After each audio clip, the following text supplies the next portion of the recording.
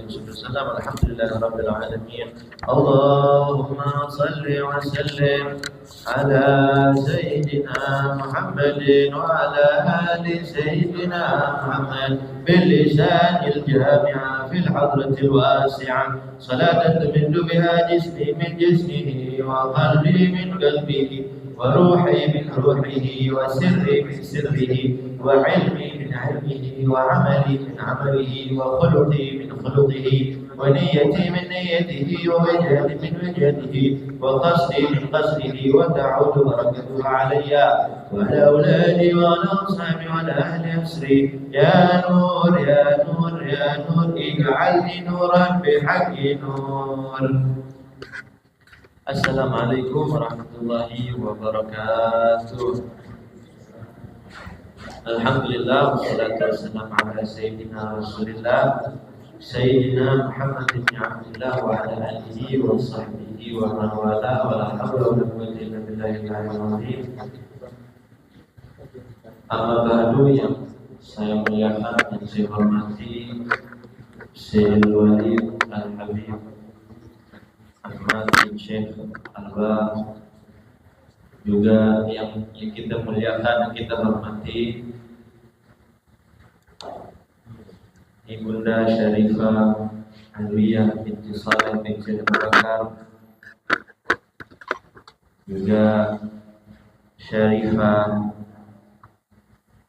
Noni binti Ali Syuaib, ibu-ibu semuanya yang dirahmati oleh Allah Subhanahu wa taala. Mudah-mudahan kita berkumpul di sini, amal-amal kita diterima oleh Allah Subhanahu wa taala.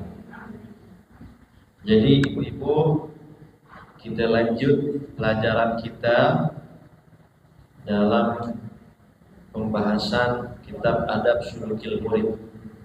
Nah, jadi yang perlu diketahui sebelum kita lanjut, kitab Adab Sulukil Murid ini dikarang oleh Al-Habib Abdullah bin Alawi Al-Haddad, sahibul ratib, yang nanti malam kita baca ratibnya. Nah, ini beliau punya karangan kitab Adab Sulukil Murid, dan kitab ini adalah kitab tasawuf, yang tasawuf akhlaki atau ilmu tazkiyatun nufus. Ilmu ini juga disebut tazkiyatun nufus, ilmu pensucian jiwa. Jadi nanti insyaallah, nanti saya bilang sama Kak Acim, nanti kalau boleh mulai Selasa depan kita buka juga kitab fikih, entah nanti sama Habib Abdullah atau sama Habib Hashim. Nanti saya pegang tasawuf. Karena kenapa? Karena ulama mengatakan begini, Bu, man tasawwafa wa lam tafaqqaha tazandaq, wa man tafaqqaha wa lam tasawwafa tafassaq. Ulama mengatakan siapa orang yang belajar tasawuf tapi tidak belajar fikih, nanti dia jadi orang zindik. Dan siapa orang yang belajar fikih enggak belajar tasawuf, dia jadi orang fasik. Jadi orang fasik. Jadi dua-dua ini harus jalan berbarengan. Nah, kalau fikih kita belajar nanti tata cara sholat, tata cara zakat, tata cara puasa dan lain sebagainya. Kalau di tasawuf kita belajar tata cara membersihkan hati, mensucikan jiwa, seperti itu. Jadi hadirin ibu-ibu, kita sampai pelajaran yang selanjutnya. Kemarin kita bahas tentang apa namanya? Kita bahas tentang al-ba'ith. Ya, kita sudah kupas tuntas tentang ba'ith. Mana seseorang murid ketika dia ingin sampai kepada maqam al-ihsan, sampai kepada kenikmatan beribadah, mengenal Allah, maka dia awalnya harus dengan al-ba'ith yang sudah kita bahas tuntas kemarin. Selanjutnya Imam Haddad mengatakan, dan pertama awal mula untuk seseorang itu berjalan menuju Allah Subhanahu wa taala, untuk dia bisa sampai kepada Allah taala, Cara berikutnya, tariqah berikutnya, yaitu tashihut taubati ilallah ta'ala menjami dzunub. Yang berikutnya yaitu memperbaiki dan menyempurnakan taubat kita kepada Allah Subhanahu wa taala. Jadi seorang yang ingin berjalan menuju Allah Subhanahu wa taala atau as-salik al-murid, dia harus memperhatikan taubatnya. Ini Imam Haddad mengatakan tashihut taubah, membenarkan taubatnya, memurnikan taubatnya, taubat yang betul-betul taubat, bukan taubat sambel. Kalau orang Betawi bilang tuh taubat sambel. Sambal dabu-dabu itu dia punya finish di awal saja, 5 menit, 2 menit hilang. Jadi taubatnya taubatan nasuha. Terus apa lagi? Taubat dari segala dosa yang kita lakukan kepada Allah Subhanahu wa taala. Min jami'i dzunub. Semua dosa kita taubat. Wa in kana 'alaihi syai'un min madzalim li ahadin minal khalqi falyubadir bi adaiha ila arbabiha wa in amkana wa illa fal yatlub al-ihlala minhum.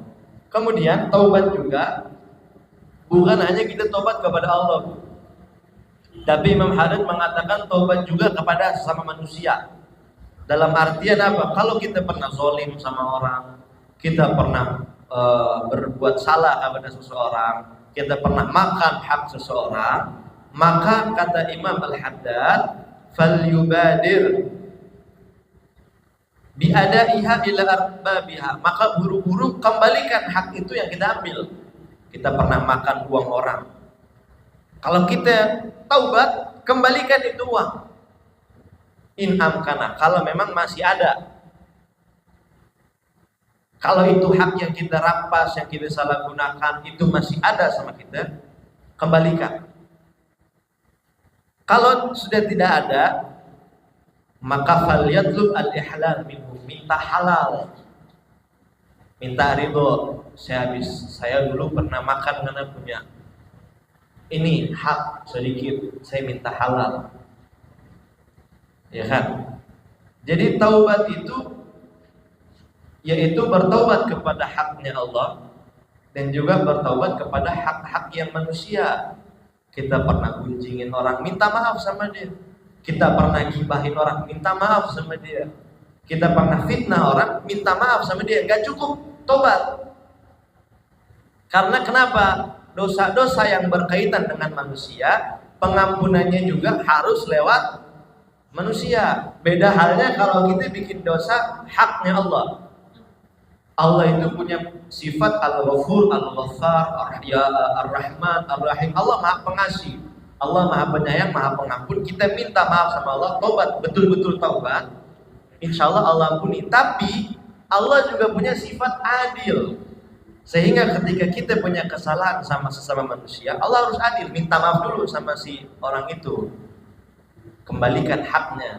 Zalimnya kita ambil kezaliman itu, kembalikan, atau minta halal, minta maaf, minta ridho. Kenapa? Fa'in ada sebuah kaidah, Imam Haddad taruh ini kaidah. Fa'innal ladzi takunu zimmatuhu murtahinan bihuquqil khalqi la yumkinuhu sir ila al-haqqi. Itu kaidah dalam syariat, itu kaidah. Karena sesungguhnya apapun yang ada di tanggungan kita, dalam artian tanggungan kita ini haknya orang, kita masih pegang itu hak orang, bihuquqil khalqi, hak-haknya orang lain, kita masih ada utang di situ, la yumkinuhu sayru ilal haqqi, maka hak itu tidak bisa, haknya orang itu tidak bisa membuat kita sampai kepada al-haq, yaitu Allah Subhanahu wa ta'ala. Nggak bisa, dia bakal nahan kita, itu haknya orang yang harus kita kembalikan, atau kita minta halal, minta maaf. Kalau enggak, walaupun kita sujud sampai jidat bolong, enggak bakal jadi diterima sama Allah. gak bakal jadi orang baik, gak bakal sukses dalam meniti jalan al-murid salik, gak bisa. Asairu ilal haqqi gak bisa. Kenapa? Karena dia ada zimmah, ada haknya orang yang di pundak dia yang dia belum kembalikan. Wa syartu sihhati taubah, dan syarat diterimanya taubat kita. Syarat taubat kita itu disebut taubatan nasuha. Itu apa? Yang pertama sidqun nadam.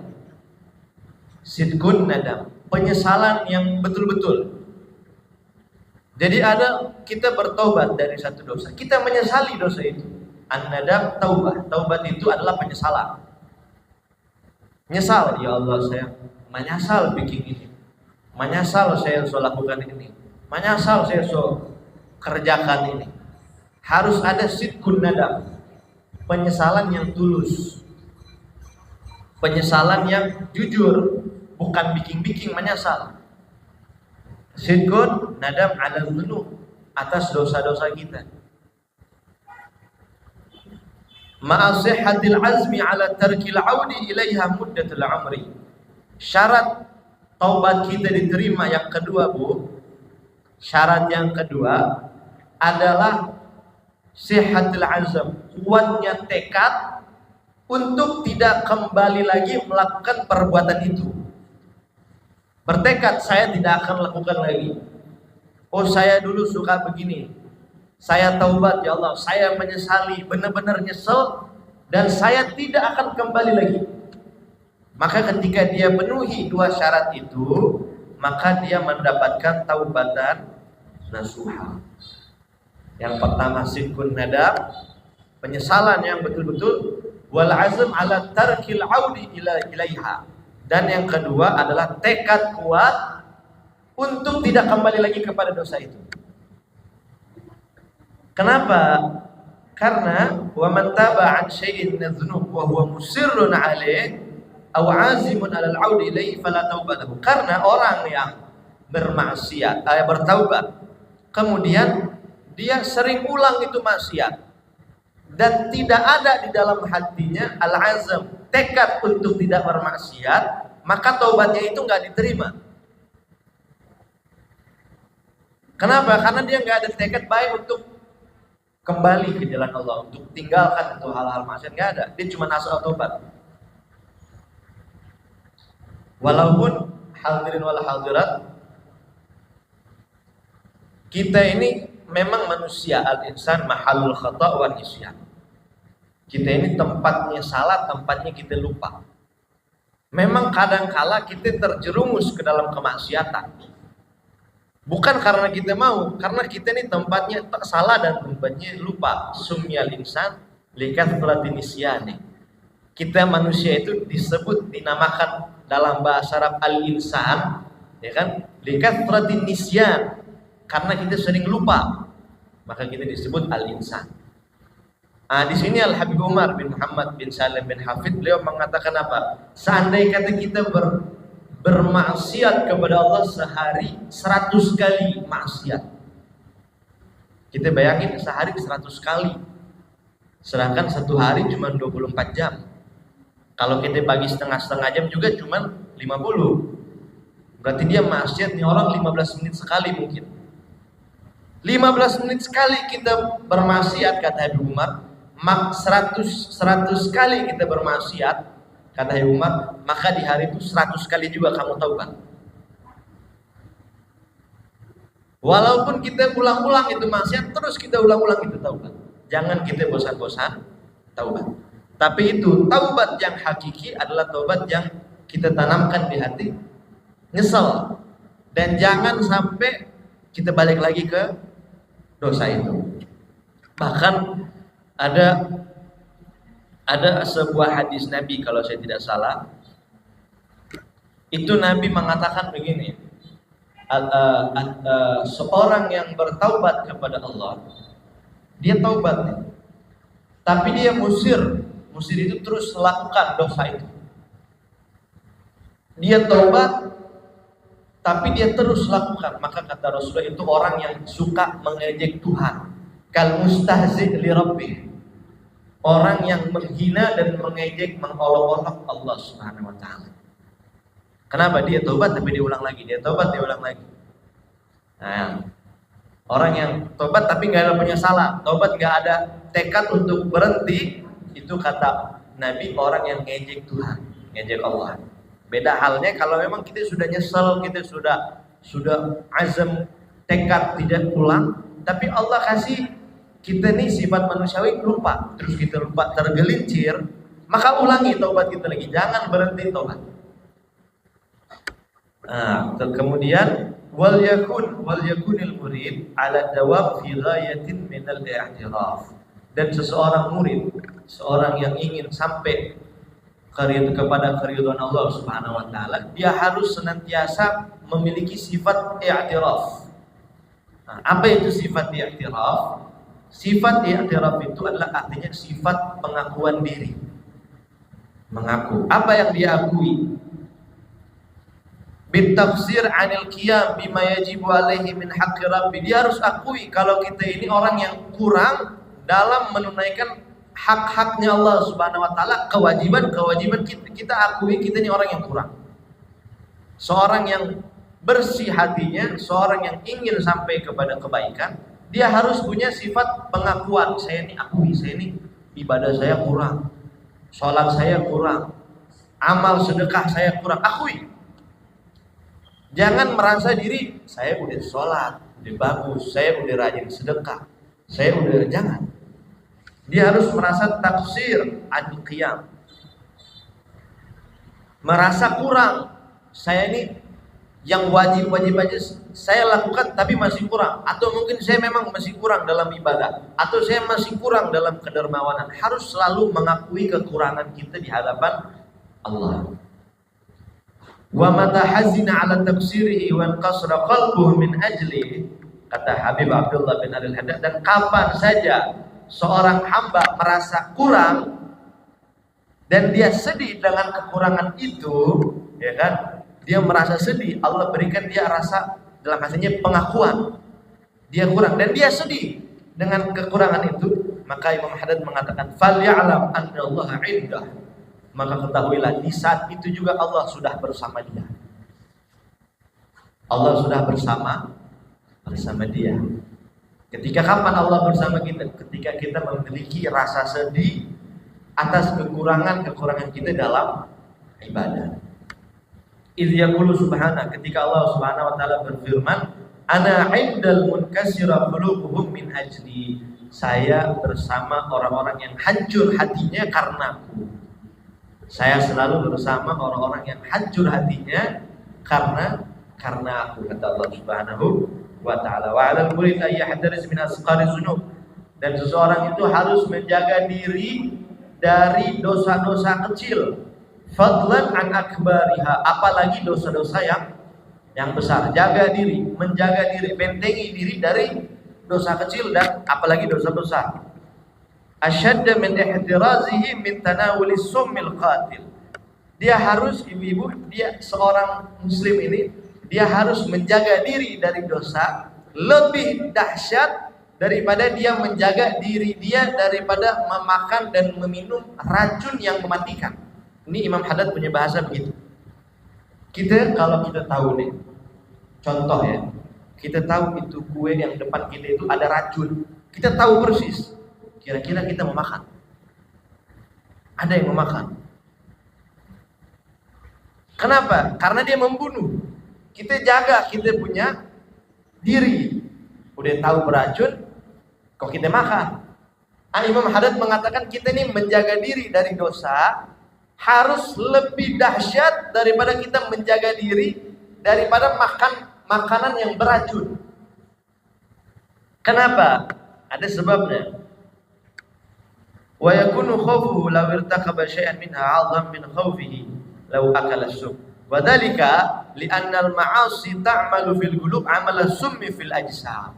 Karena ibu-ibu, sebuah dosa itu dia memiliki efek untuk hati yang sama dengan efek racun untuk jasad. Efeknya apa? Mematikan. Kita makan racun, jasad kita mati. Efeknya itu mati, sebabnya itu mati. Maka dosa yang ketika kita lakukan itu memiliki efek yang sama dengan racun, yaitu mematikan hati. Hati kalau udah mati, jauh dari rahmat Allah. Wa inna ba'da qulubin nas min rabbina rahim al-qalbul qasih. Hati yang paling jauh dari rahmat Allah, dari pandangan Allah, dari Allah adalah hati yang keras, apalagi udah mati. Ya kan? Wal qalbu a'azzu 'alal mu'min min jismih. Dan hati lebih mulia bagi seorang mukmin dari jasadnya. Kalau kita jaga jasad kita dari kematian, kenapa kita nggak jaga hati kita dari kematian? Sedangkan bagi seorang mukmin itu hati lebih mulia dari jasad. Hati lebih agung dari jasad, karena hati ini mahal nadharir Rabb. Tempat Allah memandang kita itu hati. Innallaha la yanzur ila ajsamikum wala ila suwarikum. Nabi mengatakan Allah tidak memandang jasad dan rupa kalian. Allah nggak lihat, oh ini gagah, ini putih, ini hitam. Allah nggak lihat. Walakin yanzuru ila amalikum wa qulubikum. Yang Allah lihat amal kita, yang Allah lihat hati kita. Kalau kita jaga jasad, hati nggak dijaga, maka kebalik pola pikir kita. Karena kata Imam Haddad, mukmin yang lebih mulia, yang harus lebih dijaga adalah hati dibanding jasad. Hati. Jangan ada iri, jangan ada hasud, jangan ada kebencian, ya kan? Karena Allah memandang hati kita itu. Allah melihat hati kita. Bal ra'su malil murid. Bahkan hati ini adalah modal terutama seseorang yang ingin sampai kepada keridhaan Allah Subhanahu wa taala. Hati. Ra'su mal, modal. Hifdzu, apa itu modalnya? Hifdzu qalbihi wa imaratuh. Menjaga hati kita dan memakmurkan hati kita. Memakmurkannya dengan husnuzan kepada Allah, husnuzan kepada hamba Allah, ikhlas, tawadhu, itu adalah memakmurkan hati kita.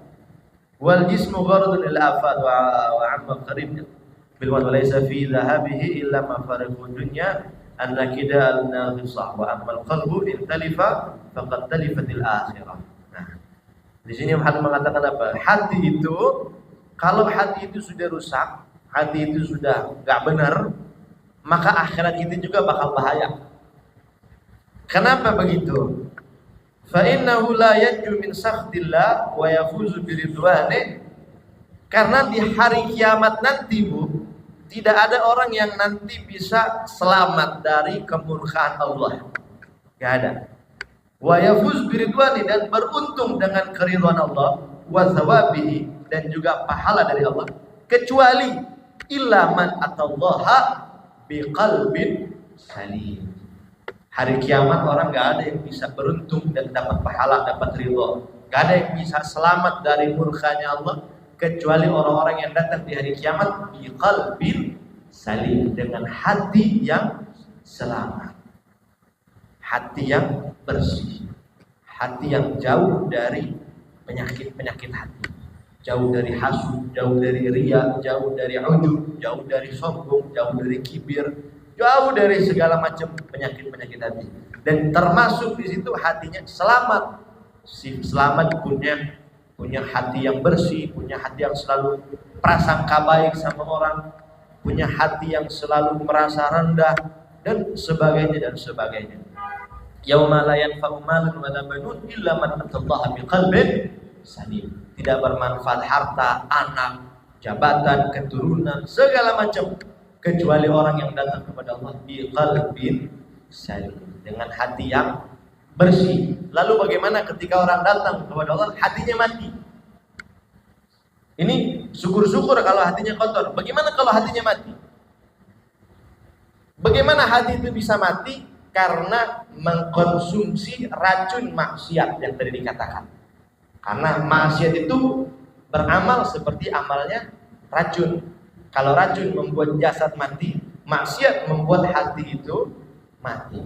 Nah, mudah-mudahan hadirin kita jaga nih hati kita jaga amaliyah kita jaga.